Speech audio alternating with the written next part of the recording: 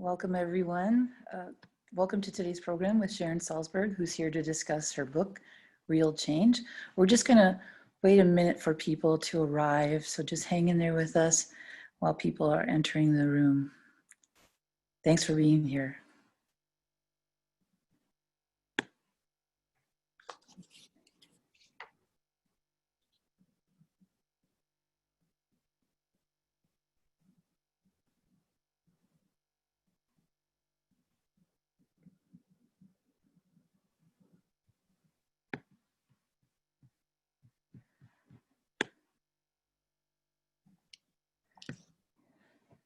Again, if you've arrived here for the Global Read with Sharon Salzberg, you are in the right place.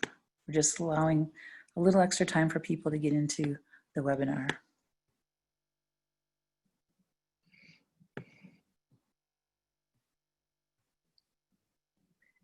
In the meantime, if you want to use the chat room located at the bottom of your screen, there's a little bubble. Please use that to introduce yourself and tell us where you're joining us from. That would be great.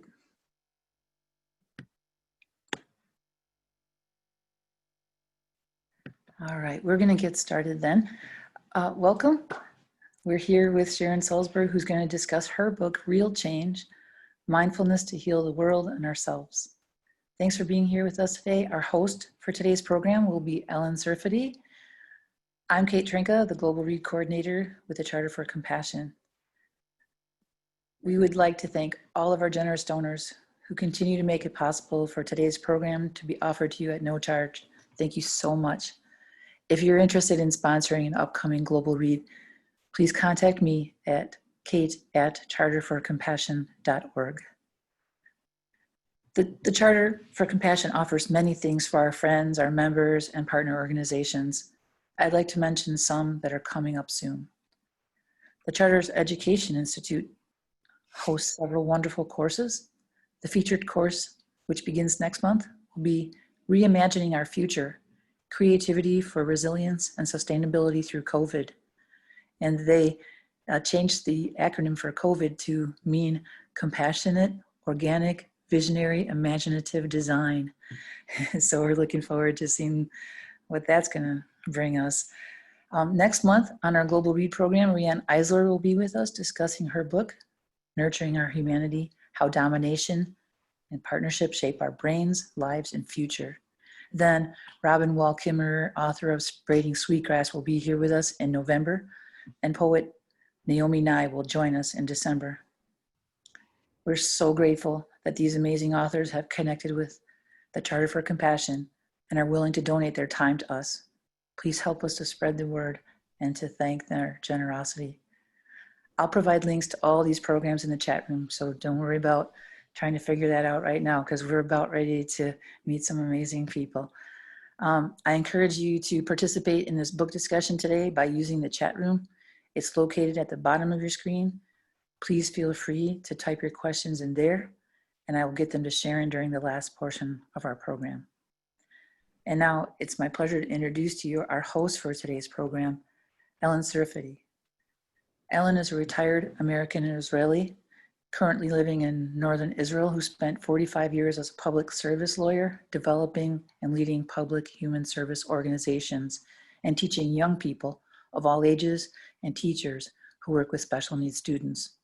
Born in New York City, raised in rural upstate New York, she began her career as a Florida public criminal defense lawyer and thereafter led programs for abused and neglected children in the court systems and directed Constituency for Children, a grassroots lobbying and advocating effort in communities throughout Florida. Ellen made Aliyah, which means immigrated, to Israel, married her husband Danny, and raised her daughter Maya while exploring new careers as development officer for a nonprofit international children's rights organization, and becoming a teacher trainer, and curriculum developer for students with special needs. She currently volunteers as a consultant with the Charter for Compassion's Education Institute, as well as local eco-activist activities. Welcome, Ellen, and I'll let you take it from here and introduce our amazing guest. Thank you both for being here. Thank you, Kay. Among Buddhist and meditation practitioners, we have teachers that we've encountered early in our practice. We've admired and followed since the very beginning of the days of learning to sit or not to sit on a cushion. Sharon Salzberg is one of those teachers for me and for thousands and thousands, perhaps millions of practitioners around the world. As someone who considers Sharon my teacher, I've always known bits about her background and loved the opportunity to dig deeper to introduce her here today. Unfortunately, if I gave her justice, we'd spend the whole interview talking about who she is and what she's done. And I think we all, including Sharon, would prefer that the words of her new book, Real Change, do that for us. Sharon's beginnings are familiar to me since we both hail from New York City from Jewish families, from problematic roots. We're of the same generation, 60s flower children. Sharon pinpoints a moment of real change in her life when in her sophomore year of college, she did independent study in India, having been inspired by a course in Asian studies. And this led her to learning from some of the greatest teachers in Buddhist and spiritual genealogies such as Goenka and Dipama. As well, she's created Western meditation retreat centers along with Jack Kornfield and Joseph Goldstein, the Insight Meditation Center, Bari Center for Buddhist Studies, as well as the Forest Retreat in Massachusetts. In reading about her contributions, of which there are so many, I'm convinced that she has several clones helping her out. And I would describe her thus: a leading and cutting-edge Buddhist and spiritual author, including New York Times bestsellers, a rare talent for bringing the Dharma and mindfulness to all of us, as well as blogs and essays for some of today's most influential media, such as On Being, Oprah, Tricycle Time, Good Housekeeping, and more.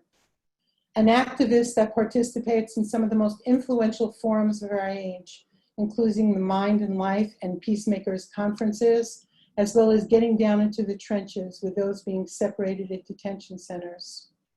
An architect of the system of Western Dharma and spiritual centers, leading their talents, insight, and energy to creation of opportunities for practitioners to delve into their inner lives for the benefit of all sentient beings. The teacher that made lovingkindness a household word. A teacher, if we measure the work of a bodhisattva who pledges to relieve the suffering of all sentient beings, Sharon's generosity in sharing her teaching and compassion would clearly be a front runner and a practitioner. Watching and listening to Sharon as a teacher over the last 2 decades and now delving into her book, I realized that her greatest accomplishment and anchor is her practice, and she provides an example to anyone inclined to listen just how we can bring mindfulness and practice into our lives in every moment. So with deep reverence and gratitude, please help me welcome Sharon Salzberg. Hi there, that was extraordinary. I mean, wow, thank you so much. Easy subject. I was inspired, to say the least. We're glad to be able to have this conversation with you. So if you're ready, we'll just shoot right into the book. Sure, thank you. First off, I'd like to explore why this book is important to you. Where in your life have you been affected by real change? And in the book, you describe connections you made while visiting the Statue of Liberty when you were young, to the moments in your life when you were afraid and unanchored. And you learned that you carry a sense of home within. I'd like you to talk about this if you can. Yeah, thank you. That's a lot in one. I'll try, So the Statue of Liberty actually is like my personal icon. That is true. And I wrote about her in this book. I've written about her in previous books. And I did have a very disrupted, chaotic childhood, like many people do. I wrote a book once, many years ago, called Faith. And in that process, it was really about my faith journey. So I look back at my life quite a lot, and I realized that I went to college when I was 16 years old. And by that time, I had lived in 5 different family configurations, each of which had changed because of somebody dying or some terribly traumatic event. And and then I went to college and discovered, and not Buddhism per se, because I wasn't really interested in the philosophy or the identification or becoming something or rejecting anything else, but I discovered certain principles within those teachings, and that was hugely important for me. One was really the Buddha's saying in an unashamed, unafraid way, there's suffering in life. And like for many people, my own family had been one where this was never ever spoken about, even though, we'd all been through so much. And so it was like for the first time in my life, I think I felt included rather than weird and apart and different. And then I heard that there were these tools called meditation. There were things you could actually do that could help you be happier. And I think if I was going to describe myself in one word in those days, I would say fragmented. And I heard in those ideas about meditation, the promise of wholeness, of kind of really discovering who I was. And as you say, having a sense of a home within.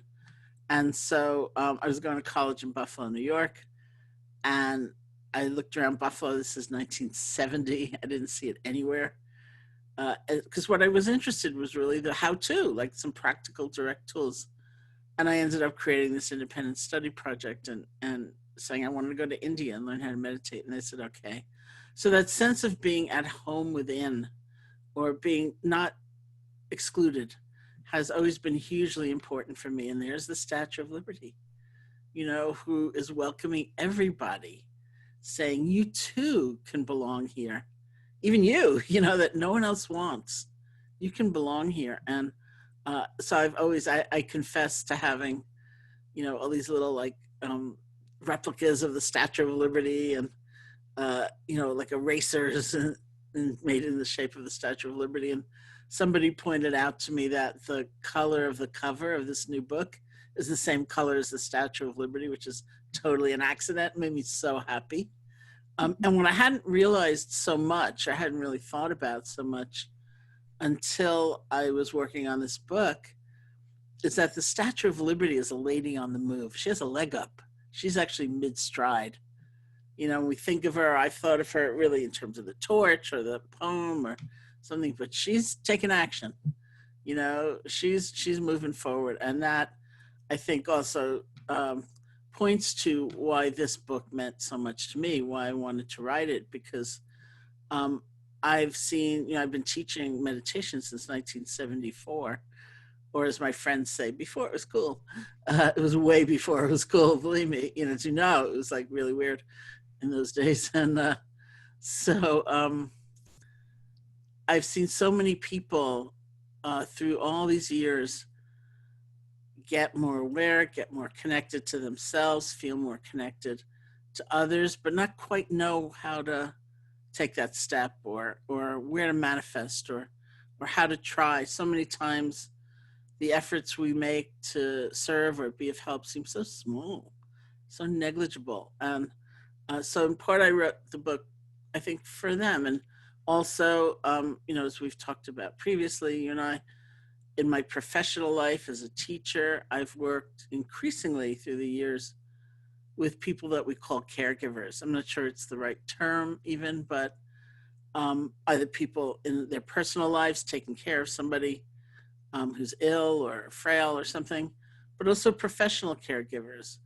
It started in the States with a program for domestic violence shelter workers, and then that program and I moved on to a lot of work with international humanitarian aid workers. And from there now in the States, it's coming back, and frontline medical workers.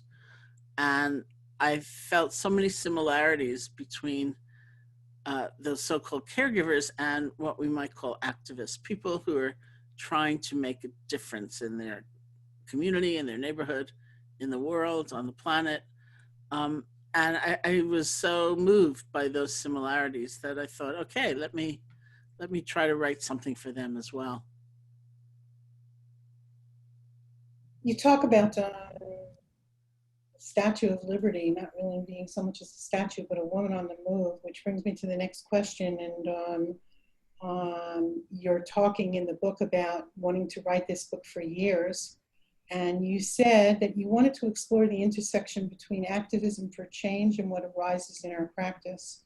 And I was fascinated by the themes that you chose to make that connection. And for example, one of your themes is about anger. How does transforming anger to courage illuminate the connection between what arises in our practice and activism for change? Well, I've had the benefit also of, meeting lots of people and learning from them. And uh, I feature quite a number of other people in the book in terms of their stories and their work. And one of the people I talked about, most especially in that chapter, although in several other chapters as well, is this woman I met named Malika Dutt, who's been working against violence against women for years and years, decades, really. And Malika and I met because we were just put on a panel together in some conference, and we didn't know each other. And on that panel, she talked about being in India at the time. She lives in America, but she was in India at the time. And a friend of hers getting in like a car accident or something like that. And the only available bed in the hospital was in the burn unit. And as is the custom, or was the custom at any rate in those days, if you're in the hospital, a lot of your care was resting on your friends and family coming. And so Malika spent quite a bit of time taking care of her friend in that hospital, and it happened to be on the burn unit. And so she saw many instances of horrible, horrible treatment of women,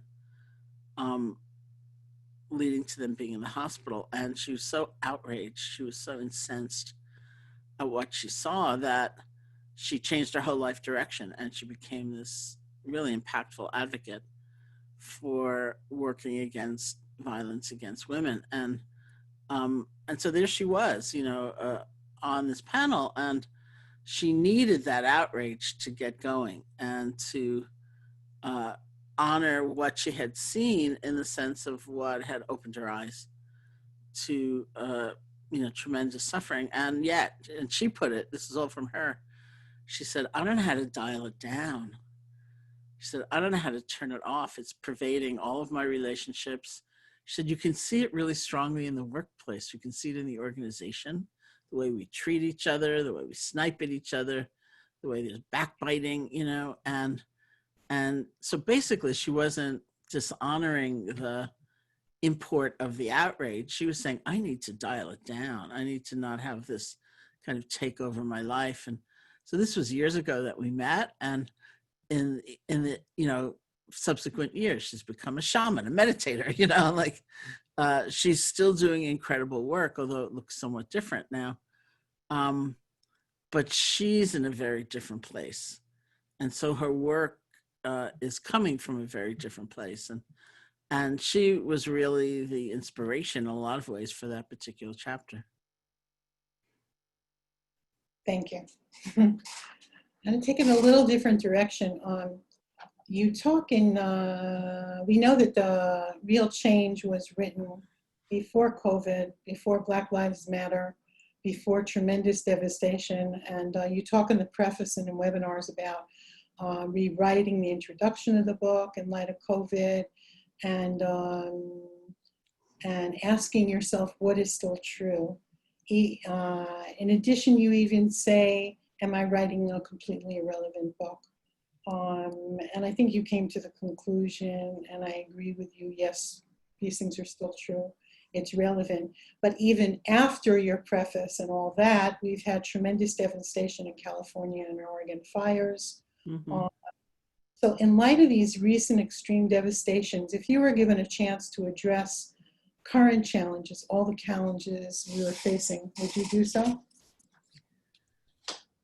I might, but it's kind of endless, isn't it? It's like, I don't know when you stop. And it's true. I turned in the book. I'm not exactly sure if it was December or January.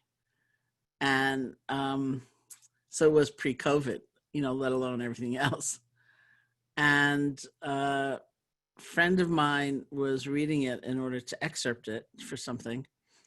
And he said he kept reading those examples. And he himself, in a very public way, has talked about the incredible anxiety he was suffering from in the beginning of the pandemic. I mean, just really very intense. And so he said, in that mind state, he was reading the manuscript, and he kept thinking, as he read these different examples, he thought, that's what made you anxious? Wait till you see what's coming, you know?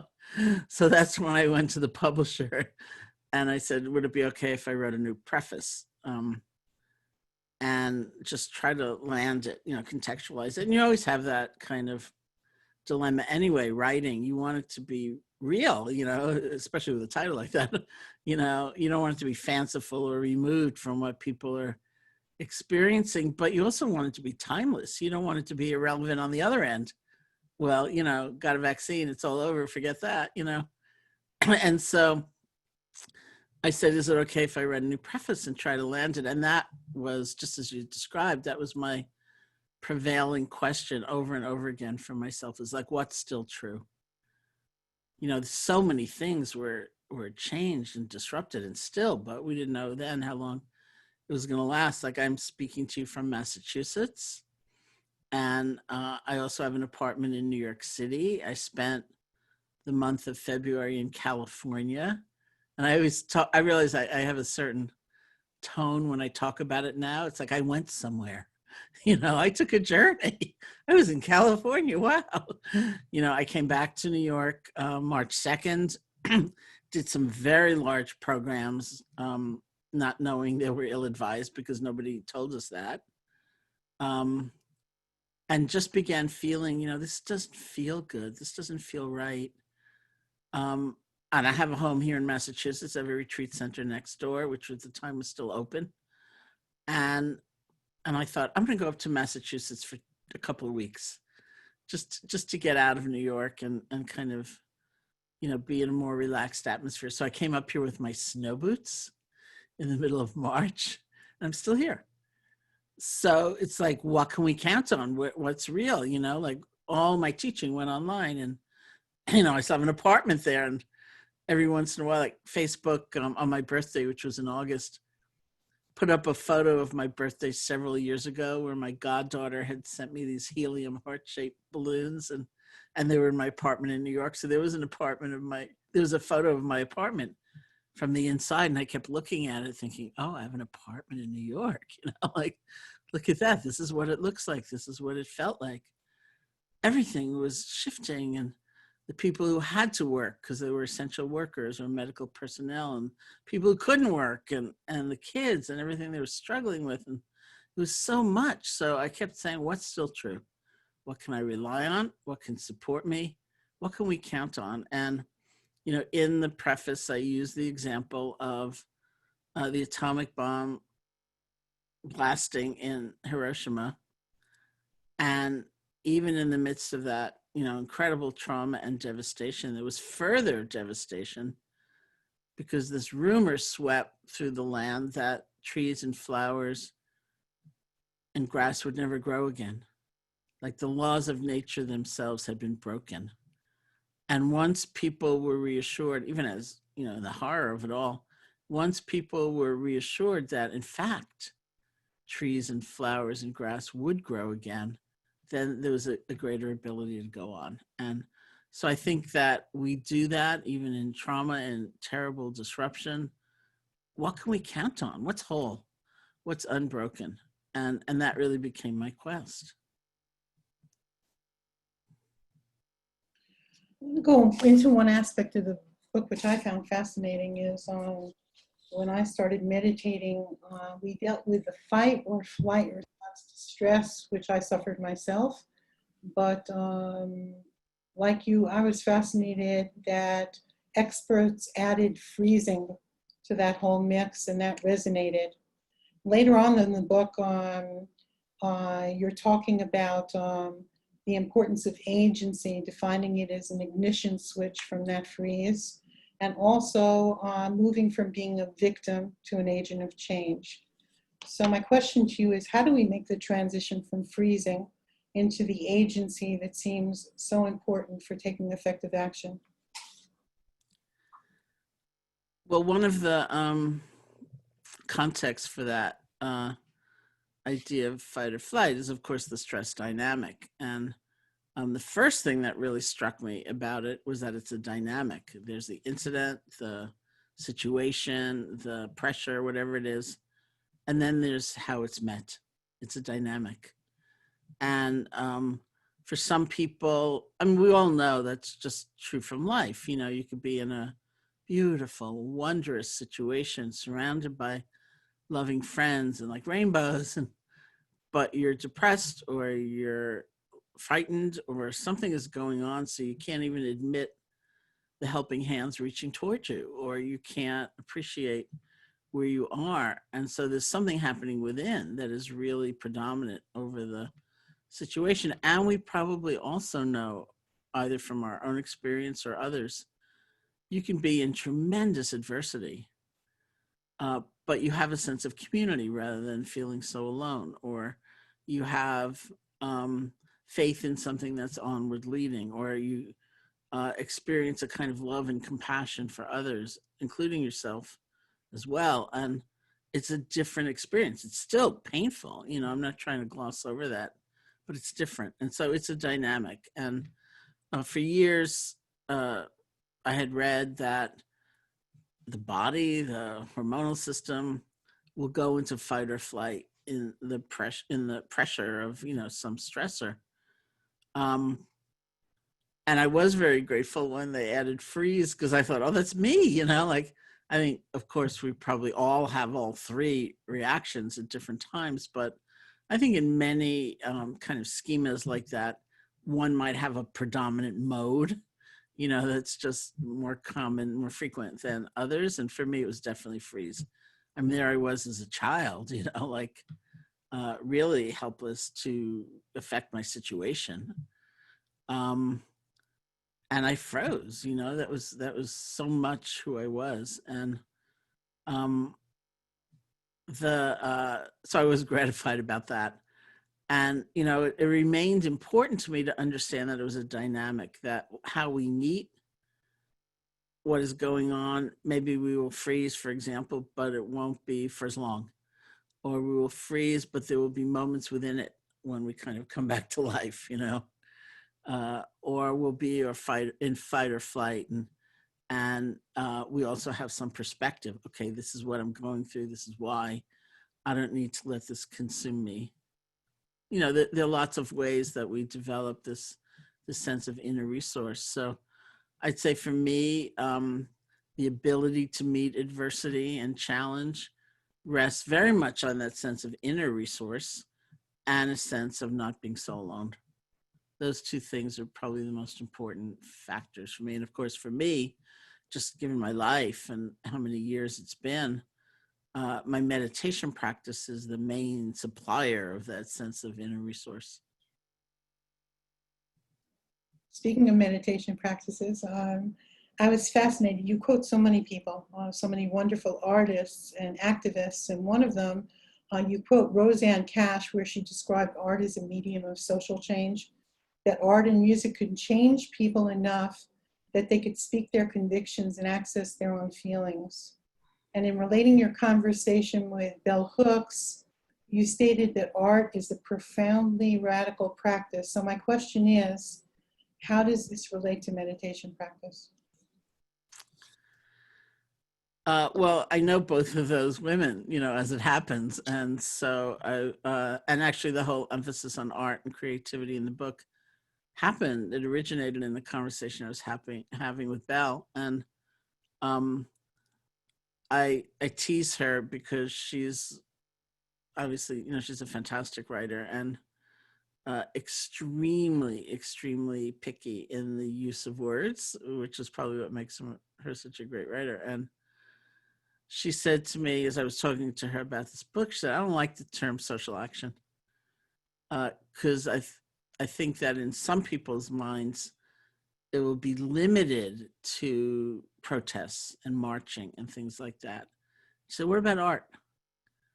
That's a means of bringing about social change, isn't it? And I thought, well, yeah, you know, if you're talking about dissolving the kind of imprisonment of the known or the conventional and moving to a sense of possibility and being moved to feel inspired, which is the energy we kind of need to take that step, like the Statue of Liberty, to see if we can be of help. And that's part of the reason why I included, so many different writers and artists in the book. And we count on them. And I realized I also tell a story in the book, which I like quite a lot, because it's not the kind of thing we usually think about as we are moving forward or trying to be of help or something like that. I tell a story in the book about this panel I was seeing. I was in the audience at Emory University, and the panel was put on by the art department, so it was kind of centered on those issues. And the panelists were the Dalai Lama, the writer Alice Walker, and the actor Richard Gere. And the first question was something I have been asked so many times, so I actually really appreciated it. And it was basically, doesn't great art have to come from great suffering? Like, don't we have to be in torment in order to really create something awesome? And so the first person to respond was Alice Walker, and she said, I used to think that way, and that's how I was trained. Like, my mentors really promoted that idea, but she said, but I feel like the happier I get, the better my poetry gets. And then Richard Gere talked about being, as a young man, he was like an angry young man, and how that affected him, and how he felt, he's better as he gets more balanced and so on. He's better at his craft. And then the Dalai Lama, who had this really funny look on his face, which he gets sometimes, which means the question is like really strange to him, like, huh? And he said, oh yeah, like, it's because it's a very Western idea, that idea. And he said, well, people are always taking me places and having me look at things like this building or this painting or this statue. And then they say, isn't it amazing? Isn't it wonderful? And he said, in Tibet, we have the belief that the nature, the value, the extraordinary value of a piece of art is based on what happens in the mind and heart of the creator as they're making it. So if that person becomes more enlightened, if they become kinder, if they become more connected, then that is considered a really good piece of art. And I thought, wow, what an unusual way for us to look at art and creativity. And what if we looked at activism that way? Like, the worth, the merit is not only in the metrics, the number of people you've influenced, the policy change, but if you fall apart in the process, maybe it needs to be reevaluated in some way. That's profound. It's quite profound. I was so inspired by all of the activists, the people that you spoke about in the book. And I'd like to ask you, which of those stories had the greatest influence on you, your teaching or practice, and the formulation of this book? I'm gonna say two, because it's hard to do just one.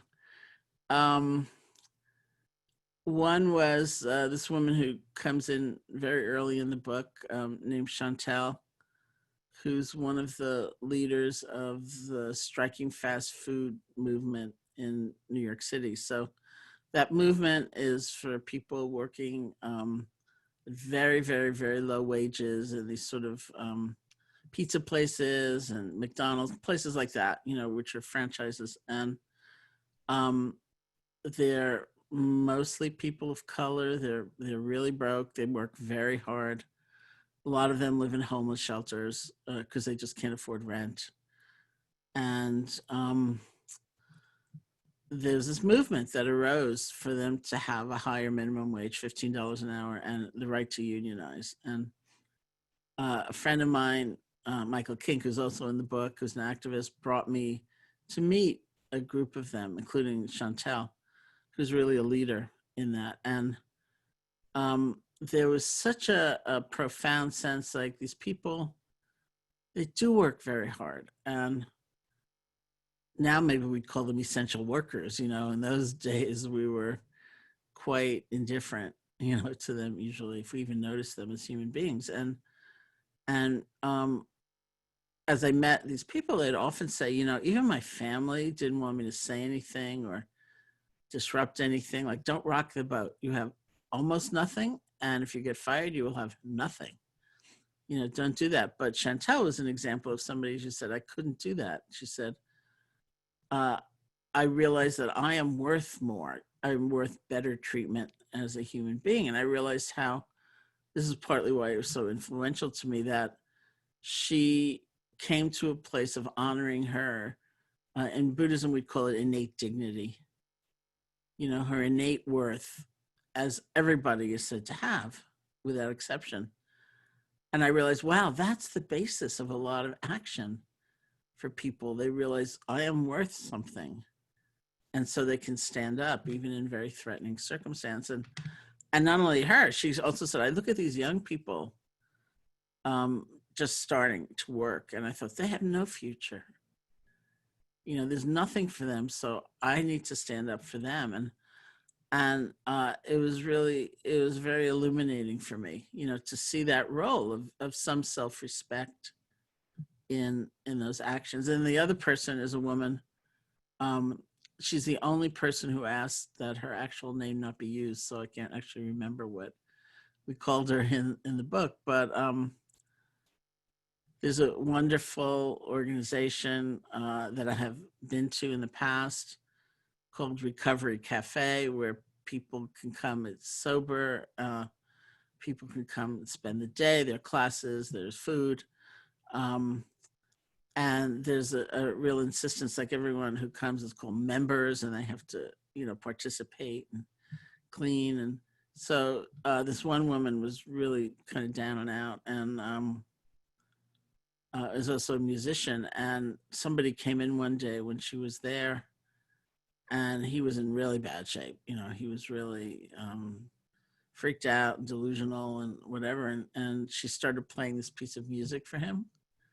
And he calmed down and he got more collected and he felt connected in some way. And she sort of realized, oh, I have something to give too.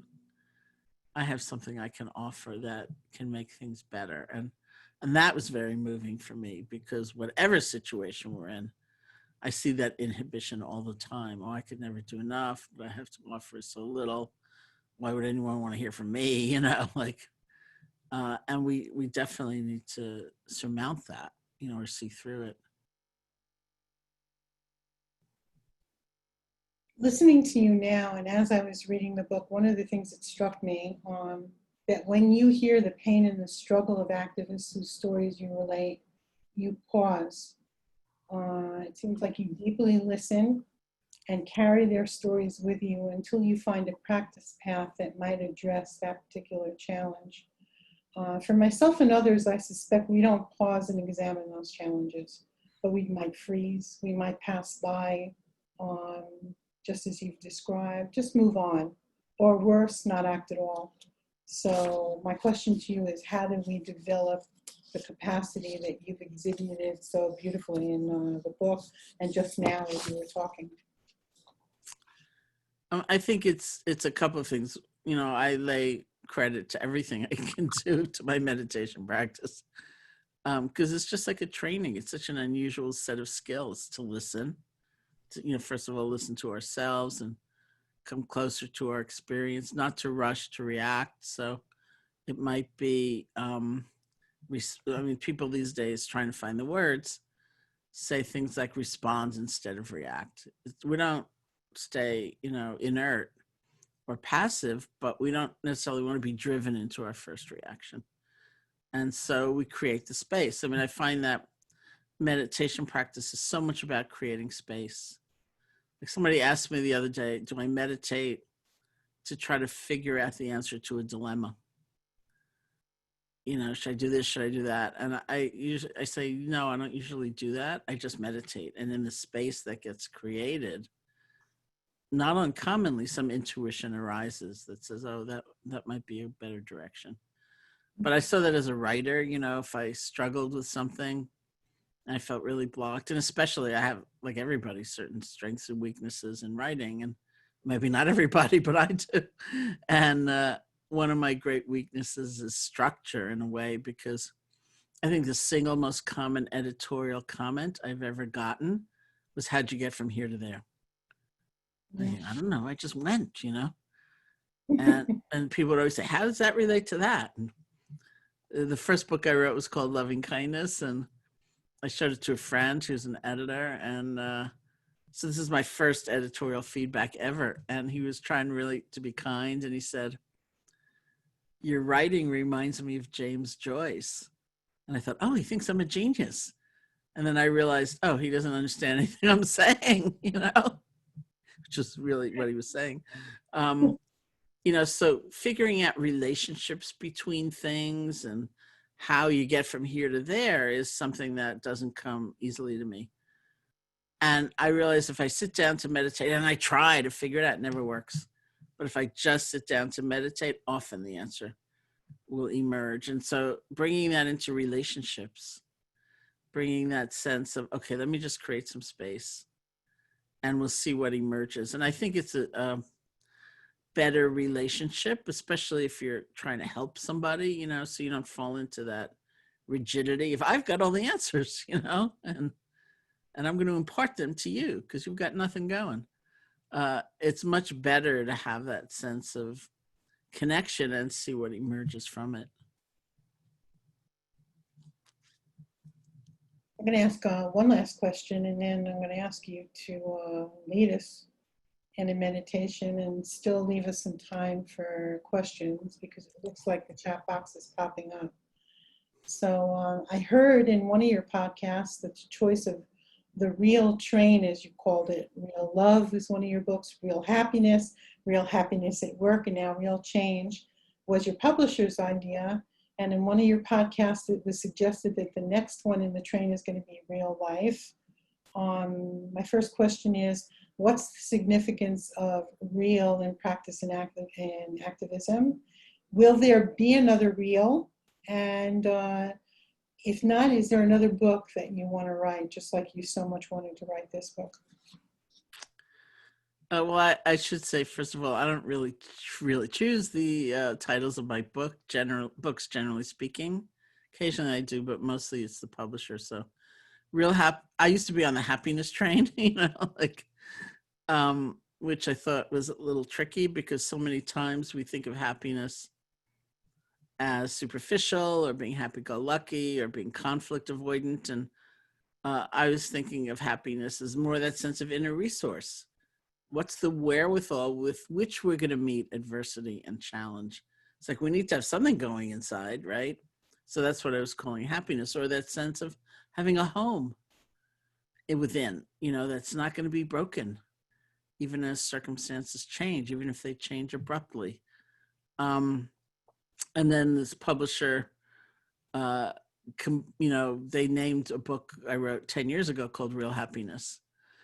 And so suddenly I was on the real train. And then it became, Real Happiness at Work and Real Love, and Real Change was actually a joke title because we couldn't think what to call it. And it stuck, because it's there. And I actually like it because I have a friend, Bob Thurman, who's a Buddhist scholar, and his favorite word is probably realistic. And we would co-teach programs, and he would always talk about something being realistic as the highest praise. And I'd think that's a little boring, maybe, that's not so exhilarating like something's realistic. But as I listened and I really thought about it, I began honoring it more and more, because it means reflecting the truth of how things are.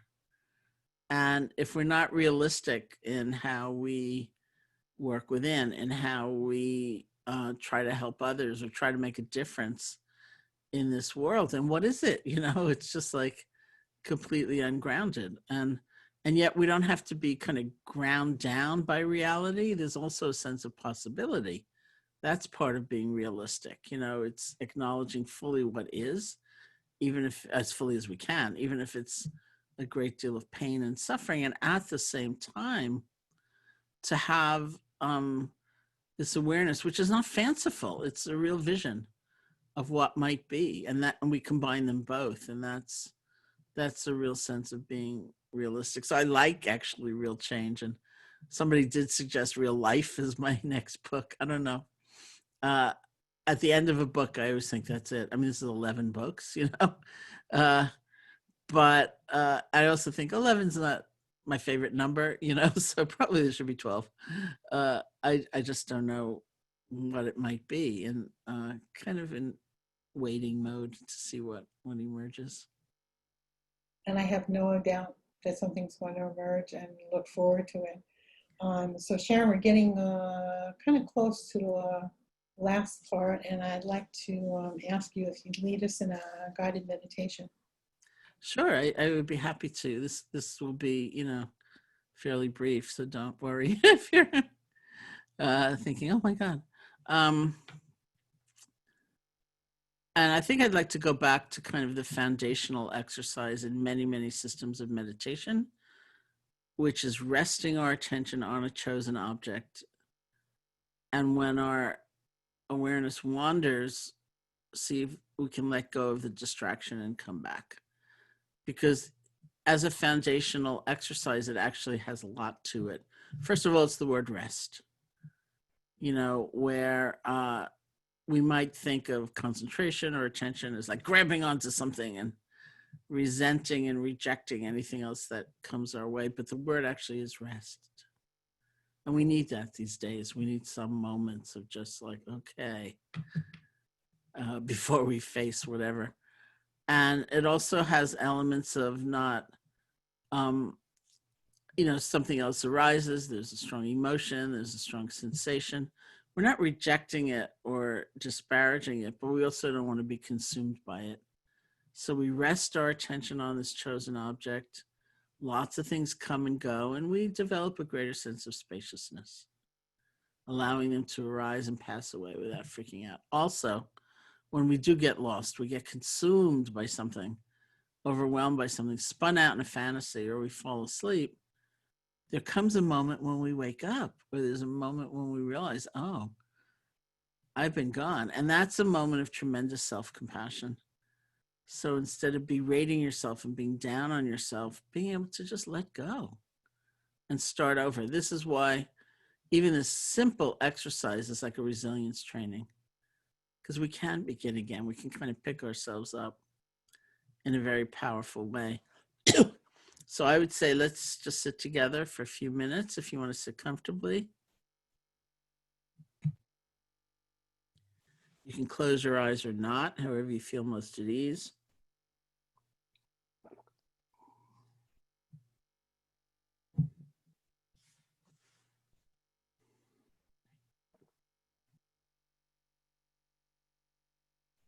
We'll start by listening to sound, whether it's the sounds of my voice or other sounds.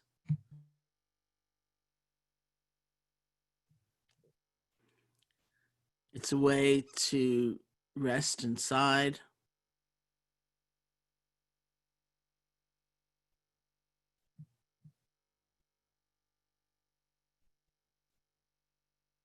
Allowing our experience to come and go. Of course, we like certain things and we don't like others. But we don't have to chase after them, to hold on or push away. Let the sounds just wash through you.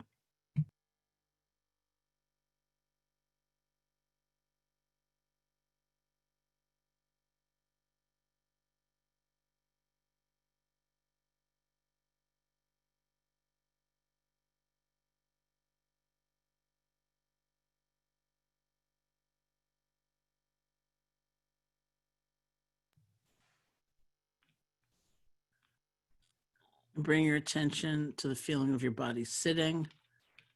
You can feel the earth supporting you. You can feel space touching you.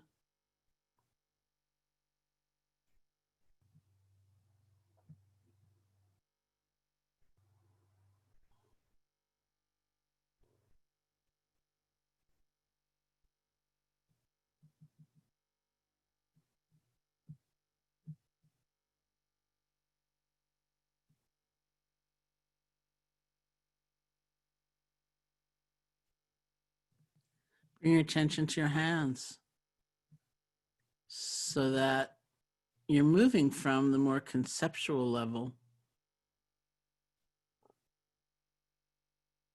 to the world of direct sensation, not thinking so much, oh, fingers, but feeling, pulsing, throbbing, pressure, whatever it might be. You don't have to name these things, but feel them.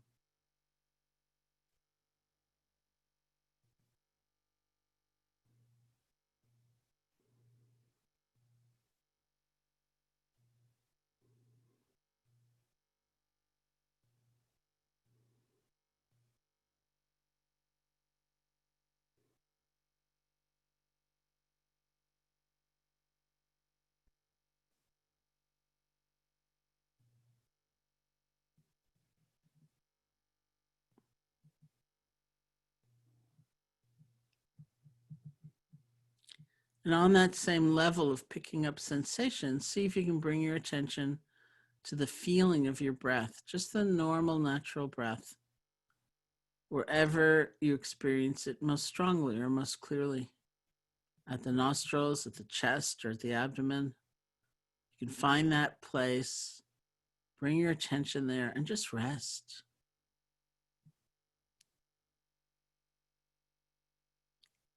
See if you can feel one breath.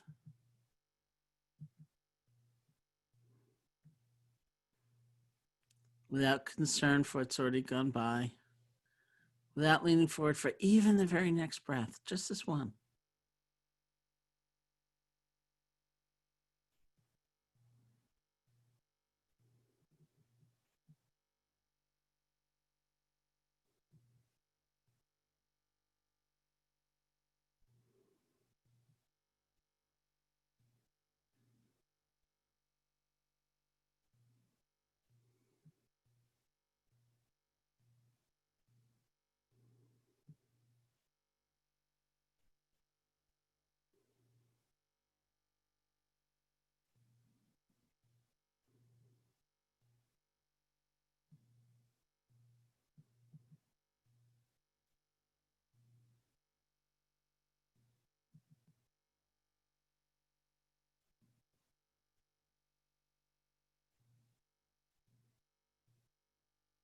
And if you like, you can use a quiet mental notation like in, out, or rising, falling to help support the awareness of the breath, but very quiet.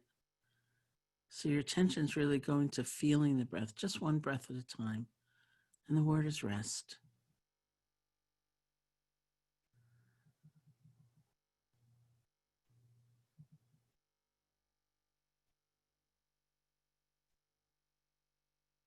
And if images or sounds or sensations or emotions should come, they're not very strong, just let them flow on by. You're breathing. It's just one breath. If they are very strong and you get pulled away, lost in thought, or you fall asleep, truly, it's all right. That's the moment for great self-compassion. You realize you've been gone. You don't have to blame yourself or criticize yourself.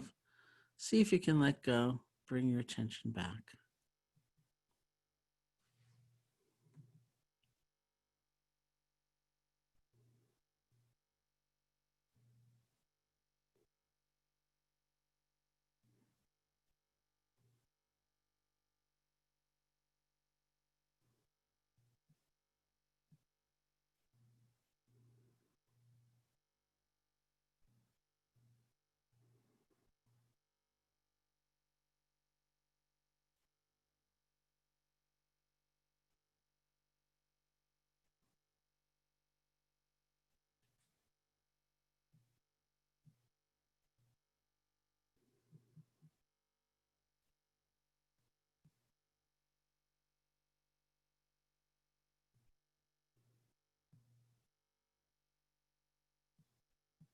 Isn't that an amazing thing? No matter where we go for however long, we can always, always begin again.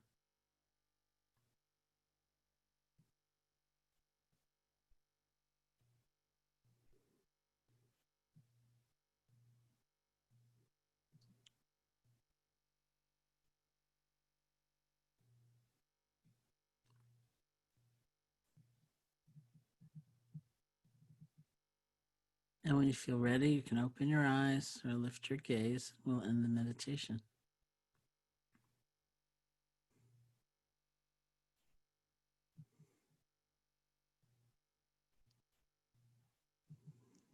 Thank you, Sharon. Thank you. Kate, do we have some questions for Sharon? You're muted, Kate. Thank you. Thank you so much, Sharon. I do have a couple of questions from our audience. And the first one is from Sue. What is your reaction to current and immigrant sentiment and policies? What is your reaction to current anti-immigrant sentiment and policies? Well, obviously, it's not exactly, if you're talking about the States, which is what I'm most familiar with, it's not exactly in keeping with the message of the Statue of Liberty, so I think it's terrible and it's cruel. My grandparents came here and almost everybody I know, has, and it's not quite everybody, but most have ancestry, sometimes very recent, of immigrating here. And I also have the sort of testimony of people who are immigration attorneys in the States, in the book, and seeing what they go through. I just have tremendous admiration for the people who are trying to make a difference. And I think that's always an important point. It can be so discouraging and we can feel so devastated by what is happening in many fronts, legislative or policy wise, but there are people trying to make a difference, and remembering that and supporting that even in our own efforts, I think, is very important. Great, thank you. We also have another question from Christy. Which meditation practices support you during this time of COVID, Black Lives Matter, and elections? It's two. One is the one, I mean, there are many, and I think it's a very personal bit of research, because it's personal research. You have to experiment and see what's having what effect. But one is what we just did, because those moments of rest I found are extremely important. And it feels selfish sometimes or self-centered, but it's really not, because we have to restore our energy in different ways. And so that's been very important. And then loving kindness practice, which is its own method, where we are actively offering phrases of care and connection. May I be happy, may you be happy, may I be safe, may you be safe. And especially that practice where a very classical part of that practice is we call to mind somebody we're normally kind of indifferent to, and we may not know anything about them. We may not know even their name, but we either get an image of them or just a sense of them, and we offer these phrases to them. And we have said, probably my colleagues and I, for 45 years in that particular section of the loving kindness practice, have said, like the checkout person in the supermarket, there's the kind of person we usually look right through. We discount, we objectify, we don't care anything about them. See what happens as you offer them loving kindness. And so I was reading that meditation out loud for this journalist who had chosen that for a recording. And in the middle of it, I thought, whoops, look at that, So offering loving kindness to those we really count on, but don't usually appreciate, has been a very powerful practice for me.